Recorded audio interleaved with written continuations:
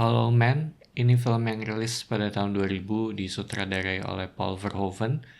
Ini salah satu film yang gue inget ya pas masih kecil dan merupakan versi reimagining dari tahun 60-an atau adaptasi dari karyanya H.G. Wells mengenai Invisible Man gitu.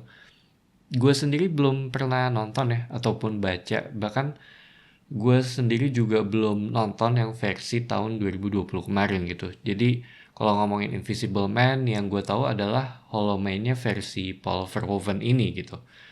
Dan dia sebagai filmmaker juga memorable, terutama untuk Robocop dan Starship Troopers ya. Itu adalah dua film yang gue suka. Sedangkan secara cerita tentang sekelompok ilmuwan yang mencoba untuk membuat manusia agar dapat menghilang, namun semuanya menjadi kacau setelah salah satu dari mereka mengalami kegagalan. Kurang lebih seperti itu dari sisi plotnya, dan setelah gue selesai nonton, ini tuh film yang sangat psikologis dalam hal bermain dengan perasaan kalau orang ini tuh kayak bisa ada di mana aja. Ditambah dia juga pinter dan tahu cara untuk ngakalin situasi tersebut gitu. Dan ini yang ngebuat gue sebagai penonton tuh kayak ngerasa selalu alert ya terhadap keadaan yang ada di sana gitu. Secara fokus, filmnya berpusat pada suatu tim di mana tim leadernya tuh yang menjadi sosok antagonis di sini.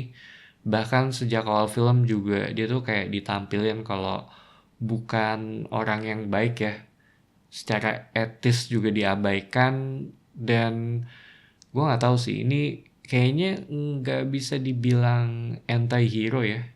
Ditambah dia tuh mendapat kemampuan gitu yang ngebuat dia jadinya kayak nggak bisa terlihat secara kasat mata juga gitu. Dan hal ini yang ngebuat filmnya unik, dimana karakter sentral yang ada di sini tuh adalah sosok yang jahat ya.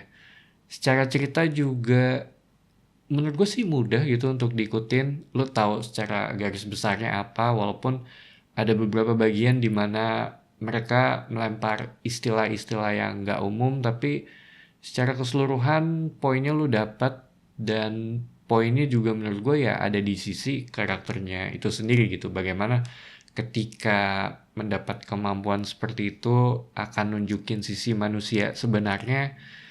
Ada yang bilang kalau seseorang tuh akan terlihat aslinya ketika dia punya uang dan power. Dan sebenarnya gue pengen ngomong kayaknya ada kaitannya dengan fight or flight response juga ya, tapi gue nggak tahu nih cocok atau enggak gitu untuk konteks di sini. Tapi secara keseluruhan menurut gue ini film yang fun gitu. Ada sisi nostalgianya ya buat gue gitu. Visual efeknya untuk saat ini masih terhitung acceptable, tapi gue bisa ngebayangin ketika nonton pada saat tahun tersebut gitu, itu menurut gue akan menjadi suatu tontonan yang wah ya. Secara pacing ini masih oke, nggak ngebosenin, tapi ada bagian yang menuju ke tengah film itu agak pelan, tapi ketika lu udah masuk ke masalah utamanya itu menurut gua baru menjadi menarik ya. Bisa dibilang perlu waktu untuk nge-setup semuanya. So, Hollow Man salah satu film yang nostalgia sih buat gue. Ini fun, simple, lu tahu masalahnya apa, mudah juga untuk diikutin.